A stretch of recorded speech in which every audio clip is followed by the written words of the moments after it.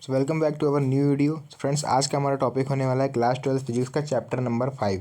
ठीक है, chapter number 5 जिसका नाम है यहाँ पर चुंबकत्व एवं द्रव्य। तो ये बहुत ही ज़्यादा इंपॉर्टेंट चैप्टर है आप लोग की पूरी फिजिक्स में। तो इस चैप्टर से सबसे ज़्यादा इंपॉर्टेंट आप लोग के जो क्वेश्चन बनते हैं वो इसी चैप्टर से बनते हैं। तो चलिए जल्दी से अपनी वीडियो को हम स्टार्ट कर देते हैं। देखिए, पहला क्वेश्चन हमारा यहाँ पर क्या है कि चुंबकीय द्विध्रुव आघूर्ण की परिभाषा एवं मात्रक लिखना है हमको। तो देखिए पूछा क्या गया है, पहले इसको देखिए ध्यान से। हमसे परिभाषा पूछी गई है और केवल मात्रक पूछा गया है। तो यहाँ पर हम इसका लिख देंगे चुंबकीय द्विध्रुव आघूर्ण की भैया जो परिभाषा होती है हम वो परिभाषा लिख देंगे। तो परिभाषा में क्या होता है, चुंबकीय द्विध्रुव के किसी एक ध्रुव तथा दोनों ध्रुवों के बीच की दूरी को ही हम लोग बीच की दूरी के गुणनफल को हम लोग क्या बोलते हैं, चुंबकीय द्विध्रुव आघूर्ण कहते हैं। जैसे कि यहाँ पर आप लोग को एक चुंबक दिख रहा होगा, मैग्नेट दिख रहा होगा, एक तरफ होता है मेरा नॉर्थ पोल, दूसरी तरफ होता है साउथ पोल। इनके बीच की दूरी कितनी होती है, 2L होती है। तो वहाँ पर ये डायग्राम आप बना दीजिएगा और इसका मात्रक जो होता है सिंपल होता है एम्पियर मीटर स्क्वायर। तो ये था आपका चुंबकीय द्विध्रुव आघूर्ण की परिभाषा और उसका मात्रक। अब देख लेते हैं अपना नेक्स्ट क्वेश्चन।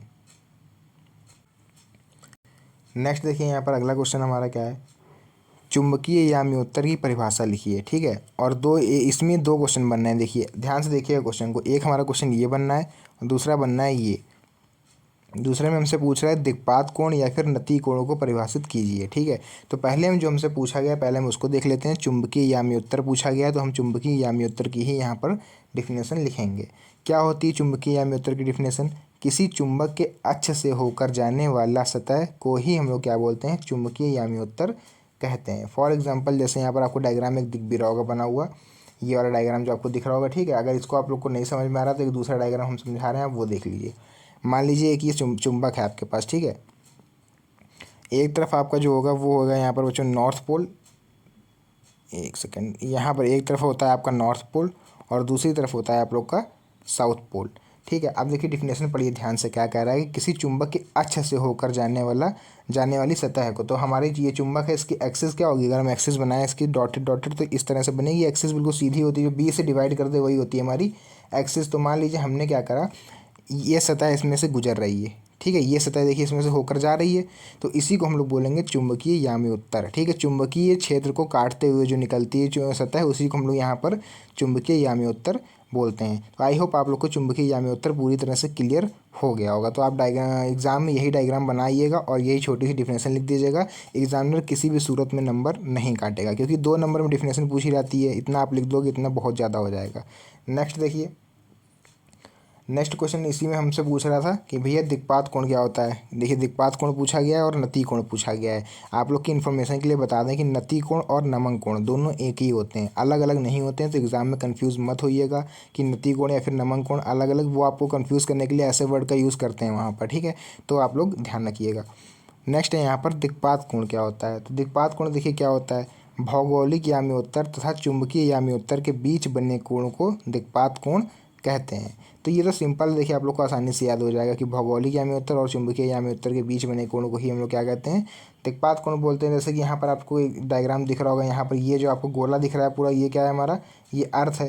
ठीक है, या जिसको बोलते हैं हम लोग पृथ्वी है हमारी। इसकी एक्सिस क्या है, देखिए 20 से इसको डिवाइड कर दो, यही इसकी एक्सिस बन जाएगी। अच्छा, ये तो हो गई इसकी क्या हो गई, भौगोलिक याम्योत्तर। अब इसके साइड में आपको दिख रहा होगा यहाँ पर एक चुंबक रखा हुआ है। अगर आपको इस तरह से दिख रहा हो यहाँ पर, ये देखिए थोड़ा ये टेढ़ा बनना है डायग्राम, यहाँ पर आप लोगों को दिख रहा होगा ऐसे, अगर देख लीजिए। ठीक है, चुंबक ये रखा हुआ है यहाँ पर। एक सेकंड इसको बना दें सही, रुकिए एक सेकंड। चलिए आप लोग ऐसे देख लीजिए। ठीक है, ये क्या है हमारा, ये है पृथ्वी। ठीक है, इसके बीच में ये जो पार्ट आपको दिख रहा होगा, ये पार्ट, ये हमारा क्या रखा हुआ है यहाँ पर, ये चुंबक रखा हुआ है। चुंबक रखा हुआ है। तो देखिए इस एंगल को ध्यान से देखिए, ये जो एंगल आपको यहाँ पर ये वाला एंगल दिख रहा है जो, ठीक है, ये एंगल जो आपको दिखा है यहाँ पर, यही होता है हमारा दिक्पात कोण। जो कौन सी दो एक्सिस के बीच में बनना, ध्यान दीजिएगा, एक इस एक्सिस के बीच में बनना है और एक इस एक्सिस के बीच में बनना है, यहाँ पर ये एंगल, इसी को हम लोग बोल रहे हैं दिक्पात कोण। ठीक है, भौगोलिक याम्योत्तर हो गई हमारी ये वाली और चुंबकीय याम्योत्तर हो गई ये वाली। इसी के जो बीच में एंगल बनना है इसी को हम लोग यहाँ पर दिक्पात कोण बोल रहे हैं। ठीक है, अब देखते हैं हम लोग नति कोण। अब देखिए नमन कोण या फिर नति कोण, अभी हमने आपको बताया था कि दोनों एक ही चीज़ होती हैं। तो देखिए नति कोण होता क्या है, पृथ्वी के क्षैतिज तथा ऊर्ध्वाधर, क्षैतिज मतलब अगर बोलें तो हॉरिजेंटल और ऊर्ध्वाधर मतलब कि वर्टिकल, तीव्रता के परिणामी तीव्रता क्षैतिज तीव्रता के साथ जो कोण बनता है उसी कोण को हम लोग नमन कोण बोलते हैं। तो ठीक है, ये हो गई हमारी हॉरिजेंटल सरफेस। ठीक है, एक सेकंड, ये हो गई मेरी हॉरिजेंटल सरफेस और ये हो जाएगी मेरी वर्टिकल सरफेस। तो इन दोनों के बीच में जो एंगल बनता है इसी को हम लोग बोलते हैं नति या फिर नमन कोण। नाम ही से पता चल रहा होगा, नमन मतलब कि झुका हुआ, ठीक है, और नति मतलब भी होता है झुका हुआ। दोनों का नाम इसीलिए सेम रखा गया है कि जो एंगल झुके हुए कोण पर बने उसी को हम लोग बोलते हैं नमन कोण या फिर नति कोण। नेक्स्ट क्वेश्चन देखिए, यहाँ पर पूछ रहा है हम लोगों से चुंबकीय प्रवृत्ति तथा चुंबकशीलता से क्या तात्पर्य है। ठीक है, या फिर इसमें लिखा है चुंबकशीलता तथा चुंबकीय प्रवृत्ति में संबंध स्थापित कीजिए।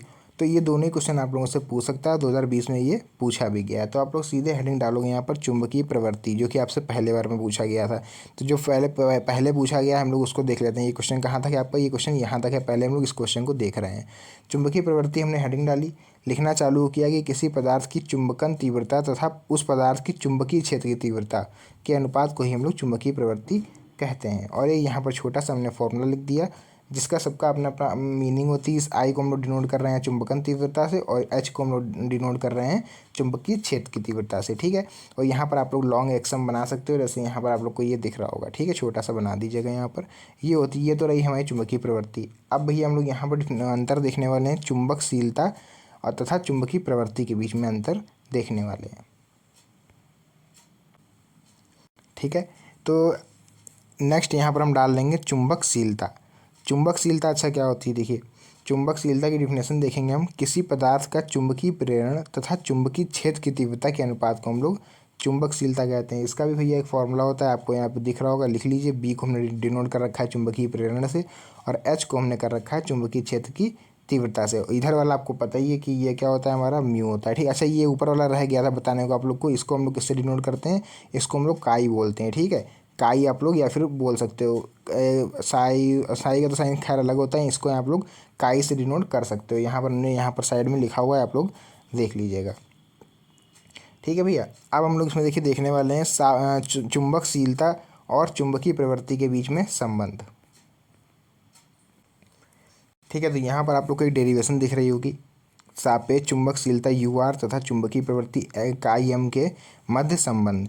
तो यहाँ पर देखिए लिखा हुआ है कि हम जानते हैं, मतलब क्या जानते हैं भैया, कि म्यू जो हमारा होता है वो होता है माध्यम की चुंबकशीलता, म्यू नॉट क्या होता है, निर्वात की चुंबकशीलता।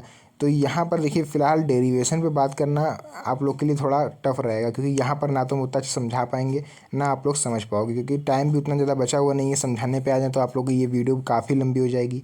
तो हम लोग मेन चीज़ इसकी देख लेते हैं, फॉर्मूला इसका म्यू आर इक्वल टू होता है 1 + काई एम। तो ये आप लोग याद रखिएगा, आप ये भी लिख दोगे तब भी वहाँ पर नंबर पूरे मिलेंगे, क्योंकि ध्यान दीजिए यहाँ पर क्वेश्चन में पूछा गया हमसे कि चुंबकशीलता तथा चुंबक प्रवृत्ति के बीच में केवल संबंध हमको लिखना है। ठीक है, तो एक चीज़ अगर आप लोग को बता दें, अगर आप लोग ये डेरिवेशन पढ़ना चाहते हो तो आप लोग को जो नेक्स्ट वीडियो मेरी आने वाली कल, उसमें सारी डेरिवेशन आप लोग को बताई जाएंगी कि किस तरह से कौन सी डेरिवेशन आपको करना है। तो वो वाली वीडियो आप लोग मिस मत करिएगा, और चैनल पर नए हो तो चैनल को सब्सक्राइब जरूर कर लीजिएगा, ताकि आप लोग वो वाली वीडियो मिस ना कर दो। नेक्स्ट क्वेश्चन है यहाँ पर, चुंबकत्व के परमाणुीय मॉडल की व्याख्या कीजिए। 2018 में क्वेश्चन पूछा गया है, हो सकता है आप लोगों में पूछ लिया जाए। चुंबकत्व के परमाणुीय मॉडल की व्याख्या करनी है यहाँ पर, तो आप लोग साइड में हेडिंग डाल दोगे चुंबकत्व के परमाणुीय मॉडल की। ठीक है, तो आप लोग इतनी बड़ी डिफिनेशन देके घबराइए नहीं। अभी हम आपको एक शॉर्ट तरीका बता रहे हैं, आप उस तरीके से इसको पढ़ेंगे तो 2 मिनट में याद हो जाएगी। क्या करना है आपको, ये लिखना है, इस मॉडल के अनुसार प्रत्येक पदार्थ मतलब कि बहुत सारे सूक्ष्म कणों से मिलकर बना होता है। नॉर्मल सी चीज़ें सबको पता होता है कि कोई भी जो पदार्थ होता है, जो बड़ी चीज़ मेटल वगैरह होती है, वो हमेशा छोटे छोटे कणों से मिलकर बनी होती है। ठीक है, आप एक बड़ी सी दीवार भी देखोगे ना, तो वो भी छोटे छोटे ईंटों से ही मिलकर पूरी दीवार बनती है। तो यही पर लिखा हुआ है कि जिसे अणु कहते हैं। ठीक है, तथा अणु अति सूक्ष्म कणों से मिलकर बना होता है, जिसे परमाणु कहते हैं। ठीक है, हम जैसे अभी एग्जांपल दिया हमने दीवार का आप लोगों को, तो दीवार जो छोटे छोटे ईंटों से मिलकर बनी होती है, तो वो ईंटें हमारी क्या हुई, अणु हुई। ठीक है, अब देखिए अणु भी क्या होता है, अति सूक्ष्म कणों से मिलकर बना होता है, जिन्हें परमाणु कहते हैं। तो ईंटें भी क्या होती हैं, मिट्टी से मिलकर बनी होती है, मिट्टी के कणों से छोटे छोटे। तो यहाँ पर हमारे मिट्टी के छोटे छोटे कण हैं, वो क्या हो जाएंगे हमारे लिए परमाणु हो जाएंगे। ठीक है, और फिर क्या कह रहा है देखिए आगे, परमाणु के केंद्र से नाभिक के केंद्र में न्यूट्रॉन तथा प्रोटॉन की उपस्थिति होती है। ठीक है, सबको पता है कि परमाणु के केंद्र में नाभिक और परमाणु का जो नाभिक होता है उसमें न्यूट्रॉन और प्रोटॉन दोनों होते हैं। ठीक है, फिर हम देखेंगे तथा नाभिक के चारों ओर वृत्ताकार कक्षाएं होती हैं। नाभिक के चारों वृत्ताकार कक्षाएं होती हैं, आप लोगों ने पढ़ा होगा। फिर लिखा है कि जिसमें गति करता है, जिसमें क्या होता है, इलेक्ट्रॉन जो हमारा आवेश होता है वो गति करता है, तो उस गति को हम लोग कक्षीय गति कहते हैं। ठीक है, तथा इस गति के कारण विद्युत और चुंबकीय क्षेत्र जो उत्पन्न होते हैं उसे हम लोग अर्थात चुंबकत्व उत्पन्न होता है। ठीक है, उसी को यहाँ पर चुंबकत्व का परमाणु मॉडल कहा जाता है। तो यहाँ से आई थिंक बहुत ही सरल शब्दों में हमने आप लोग को डिफिनेशन समझाई। नहीं याद रहे तो आप ये ईंट और दीवार वाला एग्जाम्पल याद कर लीजिएगा, आराम से आप लोग पूरी डिफिनेशन लिख डालोगे।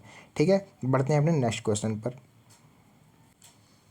नेक्स्ट देखिए यहाँ पर क्या है क्वेश्चन, भूचुंबकत्व के अवयव क्या हैं, विभिन्न अवयवों को समझाइए। 2021 में पूछा गया है और दूसरी तरह से भी पूछा जा सकता है यहाँ पर, या फिर पृथ्वी के चुंबकीय क्षेत्र के घटकों को परिभाषित कीजिए। तो वहाँ पर आप लोग को अपना आंसर लिखना पड़ेगा इस तरह से कि पृथ्वी के निम्नलिखित 3 चुंबकीय अवयव हैं। पहला होता है हमारा दिक्पात कोण, फिर होता है नति कोण, तीसरा होता है हमारा पृथ्वी के चुंबकीय क्षेत्र का क्षैतिज घटक।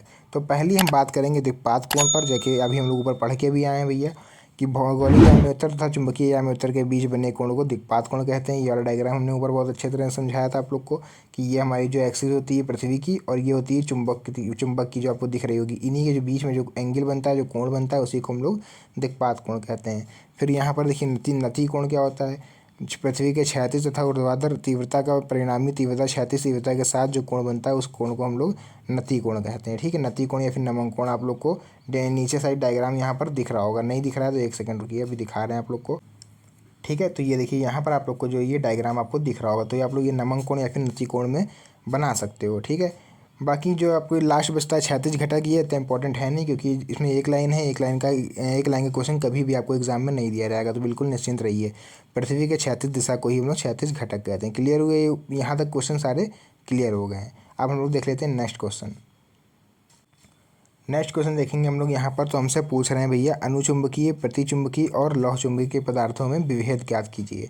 तो ये आपको दिख रहा होगा कि कितने सालों से लगातार पूछा जा रहा है, तो ये आप लोग के लिए इंपॉर्टेंट हो सकता है। ठीक है, तो यहाँ पर हमने एक तरफ डाल दिया अनुचुंबकीय पदार्थ, तरीका देखिए कैसे लिखना है बोर्ड एग्जाम में। ठीक है, फिर हमने लिख दिया है प्रतिचुंबकीय पदार्थ, फिर लिख दिया हमने यहाँ चुंबकीय पदार्थ। अब पॉइंट वाइज हम इसको पढ़ेंगे।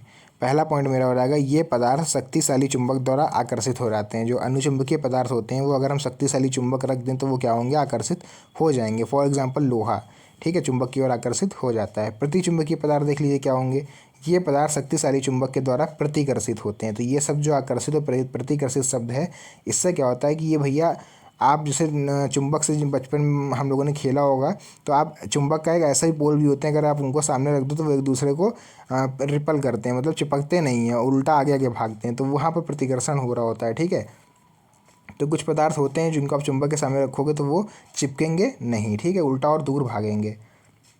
नेक्स्ट यहाँ पर देखिए चुंबकीय पदार्थ, वे पदार्थ जो दुर्बल चुंबक द्वारा भी आकर्षित हो जाते हैं। तो ये हमारा जैसे लोहा, वो नॉर्मल लोहा आप कील रख दो एक बड़े से चुंबक के पास तो वो तुरंत खींच लेगा, तो ये तो हो गया हमारा नॉर्मल सा। फिर देखिए नेक्स्ट, इसमें इस पदार्थ की अपेक्षिक चुंबकशीलता 1 से अधिक होती है, इस पदार्थ की अपेक्षिक चुंबकशीलता 1 से कम होगी। ये क्या होगा कि ये पदार्थ चुंबकशीलता बहुत अधिक होती है। ठीक है, इसकी चुंबकशीलता भैया बहुत ज़्यादा होती है। तीसरा पॉइंट है, इस पदार्थ की चुंबकीय प्रवृत्ति कम तथा धनात्मक होती है, इस पदार्थ की चुंबकीय प्रवृत्ति कम तथा ऋणात्मक होती है। फिर हो जाएगा इनकी चुंबकीय प्रवृत्ति अधिक धनात्मक होती है, ये बहुत ज़्यादा हाईली पॉजिटिव होते हैं। ठीक है, तो हाईली पॉजिटिव होते हैं मतलब बहुत ज़्यादा पॉजिटिविटी इनके अंदर होती है। नेक्स्ट आप यहाँ पर देख पा रहे होगे, यहाँ पर फोर्थ हमारा क्या रहेगा भैया, फोर्थ जो रहेगा हमारा इसमें, इस पदार्थ के चुंबकीय प्रवृत्ति ताप बढ़ाने पर कम होती है। ठीक है, जो ये पदार्थ होते हैं इनकी अगर हम इसमें टेम्परेचर बढ़ाते जाएं तो इसमें जो चुंबकीय प्रवृत्ति होती है वो कम होती जाती है।